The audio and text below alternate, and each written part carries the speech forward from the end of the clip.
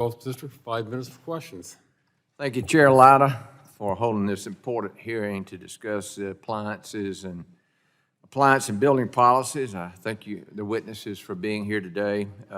During the Biden administration, there was a 4-year assault on consumer choice of appliances, from gas stoves, refrigerators, and freezers to washers, dryers, dishwashers, and air conditioners. No household appliance was off limits in their pursuit of a radical rush to green agenda. In fact, I tell you, I got more questions in the district it was August work period. I mean, people asked me, why is my new air conditioner costing 3 times what I paid for it 10 years ago? Because of this new gas and this, I thought technology was supposed to lower prices, and that's the comments I got. And but it's a real problem for our consumers. And of course, that's why I'm proud that to introduce the bill Don't Mess with My Home Appliances Act, which implements necessary reforms to the Energy Policy and Conservation, EPCA, prevent future administrations from issuing burdensome standards on household appliances that would drive cost and reduce availability. And like I said, I don't know where we're getting these numbers about all this money we're saving, but like I said, the costs are enormous. In fact, I had to do something I never thought I'd do in my lifetime, was stand on the House floor and defend my wife's gas stove. And we won that battle. She got to keep it. So, again, what's important is to preserve consumer choice and maintain a diverse energy mix. Mr. Laberman, you mentioned in your testimony the issues with EPCA and how costly it can be to implement new appliance regulations. Do you have an average of how much the Biden Department of Energy's rules on some appliances cost consumers?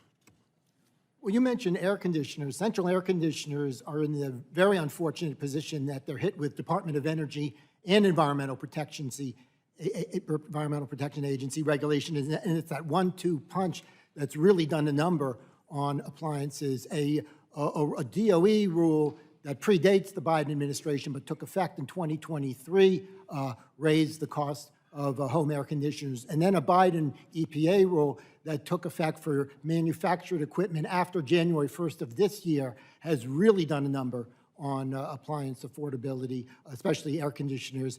And I've talked to air conditioner installers who say that that EPA rule alone added $1,500 on top of the other regulations. So it's definitely a cumulative effect. And a number of these regulations were from the Biden administration, but a number of them predate the Biden administration as well.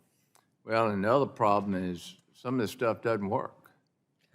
I mean, the washing machines, I'm told, you got to wash your clothes multiple times. I mean, we had one lady that wrote in here and said she had to put more water in her washing machine to get her clothes clean. Had to drag the water hose in there and put it in the water. I mean, you can't believe this stuff.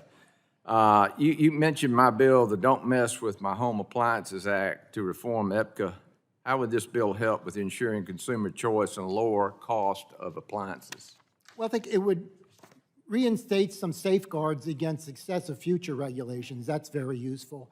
It would also have this look-back provision so we can revisit past regulations, have a notice and comment rulemaking where those who think the appliance standard was just fine can say so, but those who think there's been problems can say so, and we can revisit some of these past standards, maybe even make them less stringent if it's efficiency that comes at a cost of choice, performance, features, reliability, and longevity. It's called common sense or street smarts, whatever you want to call it. Trusting consumers to do the right thing. Mr. Steffens, is that correct? Part of my bill, the Don't Mess with My Appliance Act, prohibits the Secretary of Energy from banning products based on a type of fuel source, most notably natural gas. Natural gas traditionally uses less energy. So can you share how banning natural gas appliances and natural gas, such as my wife's gas stove, as a fuel source in building would strain the grid and raise energy cost? Thank you, Congressman. Absolutely. The driving gas out of homes will raise or will increase electricity demand because people will still want to cook, they'll still want heat. that will only increase demand in a tight supply market, and the prices are going to go up from there. Right. Well, I'm out of time. Mr. Hughes, I had a question for you. For the record, I'll get that to you. But obviously, we have a huge housing shortage in this country, and affordability is a big issue, and we got to solve that problem for the American people. Thank you, and I yield back, Mr. Chairman. The gentleman's time